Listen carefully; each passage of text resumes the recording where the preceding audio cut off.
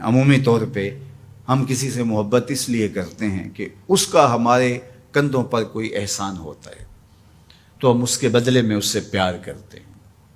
ٹھٹھرتے موسم میں جب بدن سردی سے کپ کپا رہا ہو اور کوئی بندہ دودھ کا گرم گلاس پیش کر دے، چائے کی پیالی پیش کر دے، تو ساری زندگی اس کا احسان نسلی شخص کو نہیں بھولتا۔ تو کسی کا احسان جو آپ کے کندھوں پر ہو، آپ اس کے احسان کے بوجھ تلے دبے رہتے ہیں۔ یار اگر کسی سے اس لیے پیار کیا جاتا ہے کہ اس کا آپ کے ذمے کوئی احسان ہے، تو مجھے بتاؤ کائنات میں اتنے احسان کسی کے ہو سکتے ہیں جتنے آمنہ کے لال کے احسانات ہیں؟ ہم حضور کے احسانات کے بوجھ تلے دبے ہوئے ہیں۔ میں یہ بات اکثر کہا کرتا ہوں کہ ہمارے بدن پہ اتنے بال نہیں ہیں جتنے رسول اللہ کے احسانات ہیں۔ ہم اپنے وجود میں بھی ان کے مرہون منت ہیں۔ اگر وہ جلوہ گر نہ ہوتے اس کائنات کو خلعت وجود ہی نہ ملتا۔ یہ دنیا بنائی ہی گئی حضور کے لیے۔ انسانیت مقروض ہے جناب رسالت مآب صلی اللہ علیہ وآلہ وسلم کی۔ کیا آپ نہیں جانتے کہ باپ اپنی بیٹی کو زندہ درگور کر دیتا تھا؟ تو بتاؤ یہ کتنا بڑا ظلم تھا۔ اور میرے اور آپ کے آقا و مولا نے اس زمانے میں جب بیٹیوں کو زندہ درگور کر کے باپ فخر کر رہا تھا، فرمایا لوگوں سن لو، میری فاطمہ میرے جگر کا ٹکڑا ہے۔ کسی سے اس لیے پیار کیا جاتا ہے کہ وہ صاحب کمال ہے۔ مشاہیر سے لوگ اسی لیے پیار کرتے ہیں، بڑے بڑے سائنسدانوں سے، بڑے بڑے ہیروز سے، قائدین سے، اہل علم سے لوگ اس لیے پیار کرتے ہیں کہ وہ صاحب کمال ہیں۔ تو کوئی لاؤ نا ایسا صاحب کمال جس نے انگلی کا اشارہ کیا ہو چاند ٹکڑے ہو کے قدموں میں آیا۔ کوئی لاؤ نا ایسا صاحب کمال جس کے ہاتھ اٹھے ہوں سورج پلٹ کے عصر کے وقت پہ آیا ہو۔ کوئی لاؤ نا ایسا صاحب کمال جس نے اشارہ کیا ہو درخت قدموں میں آ کے سجدہ ریز ہو گئے ہوں۔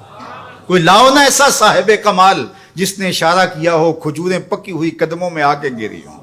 او سڑیاں کھجوراں اگا جان دائے، او پتھراں نو کلمے پڑھا جان دائے، قطرے کو سمندر ذرے کو ستارہ کرتے ہیں، کونین کو خم آ جاتا ہے جب زلف سنوارا کرتے ہیں۔ کوئی لاؤ تو صحیح زمانے میں ایسا۔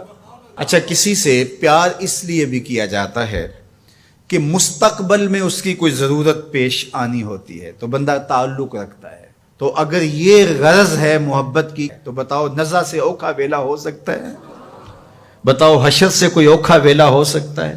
اس اوکھے ویلے نہ باپ کام آئے گا، نہ ماں کام آئے گی، نہ بہن کام آئے گی، نہ بھائی کام آئے گا، نہ بیوی، نہ دوست، نہ اولاد، نہ مال، کچھ بھی کام نہیں آئے گا۔ اگر وہاں کام آئے گا تو آمنہ کا لال ہی کام آئے گا۔ تو پھر آؤ نہ ان سے محبت کا رشتہ جوڑتے ہیں۔ کسی سے اس لیے پیار کیا جاتا ہے کہ وہ سونا بہت ہے۔ اچھا یہی معیار ہے اگر کسی سے محبت کا، اور یہی سب سے بڑا داعیہ ہے محبت کا، تو آؤ پھر اس سے پیار کریں۔ مکھ چند بدر شاہ شانی ہے، متھے چمک دی لاٹ نورانی، کالی زلف تے اکھ مستانی ہے، مخمور رکھی ہن مد بھریاں، سبحان اللہ ما اجمل کا ما احسن کا ما اکمل کا، کتے مہر علی کتے تیری، اللہ اکبر۔ آؤ پھر ان سے پیار کیجئے۔ اور محبت کا ایک تقاضا یہ بھی بیان کیا گیا، حب کا شیء اکثر ذکر ہو، بندہ جس سے محبت کرتا ہے کثرت سے اس کا ذکر کرتا ہے۔ کوئی بہانہ تلاش کر لیتا ہے، کوئی راہ تلاش کر لیتا ہے، کوئی سلیقہ کوئی طریقہ ڈھونڈ لیتا ہے ذکر کا۔ جو کسے دا عاشق ہوئے گل اسے دی کردہ، میاں صاحب کا لہجہ دیکھیے، جو کسے دا عاشق ہوئے گل اسے دی، سو مکر بہانے کر کے مرنے ہو دے مردہ۔ تو جس سے محبت ہوتی ہے تو بندہ پھر اسی کی بات چھیڑتا ہے، اسی کا تذکرہ چھیڑتا ہے۔ کثرت ذکر قرار جاں کا سبب اور ذریعہ ہے، اور تسکین کا سبب اور ذریعہ ہے۔ محبت کا ایک تقاضا محبوب کی اطاعت اور فرما برداری ہے۔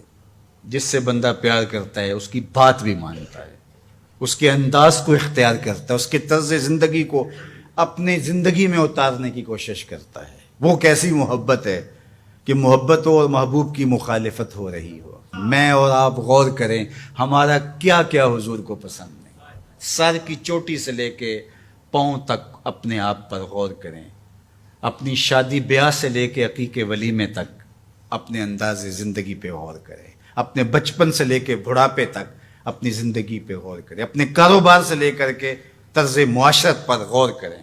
حضور کے نام کے نعرے لگاؤ، حضور پہ درود پڑھو، حضور کے حسن کا ذکر کرو، حضور کی نعتیں پڑھو، محافل سجاؤ، حضور کے لیے قربانیاں پیش کرو. لیکن کیا ہم اپنے جذبات کی قربانی نہیں دے سکتے؟ اپنی زندگی کو ان کی محبت کے سانچے میں نہیں ڈال سکتے؟ اگر ہم نہیں ڈال سکتے ہیں تو پھر ہماری محبت ابھی خام ہے، ابھی کچی ہے. یہ ربیع الاول کا موسم یہ ہمیں موقع فراہم کرتا ہے. کثرت ذکر محبت کی نشت کا سبب ہے. حضور کے جمال کا تذکرہ حضور کی محبت کی نشت اور نہضت کا ذریعہ ہے. حضور کے فضائل و مناقب کی باتیں سننا حضور سے پیار کو بڑھانے کا ذریعہ ہے. اور پیار جب پیدا ہوتا ہے تو پھر اس کا لازمی نتیجہ عمل اور عملی زندگی بھی ہے.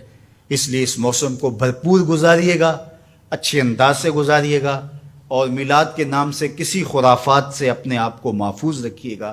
یہ دھوم دھڑکے، یہ ڈھول باجے اور یہ رسے باندھ کر کے راستوں کو بلاک کر کے لوگوں کو اذیت پہنچانا، یہ میرے نبی کا طریقہ نہیں ہے. خوبصورت انداز سے گھروں میں درودوں کی محافل سجائیے گا. اپنے بچوں کو بٹھا کے سونے محمد پہ درود پڑھیے گا. مساجد میں حضور کے ذکر کی محافل کیجیے گا. صدقہ و خیرات کیجیے گا. اپنی ہمسائیگی پر، اپنی رشتہ داری پر غور کیجیے گا، اور جہاں ضرورت ہو وہاں آپ ان کی مدد کے لیے پہنچیں. یہ میرے حضور کا طریقہ اور یہ حضور کا انداز ہے. پیر کے دن کا ان ایام کے اندر آپ سے ممکن ہو تو روزہ رکھیے گا. یہ حضور کی خوشنودی کا سبب ہے.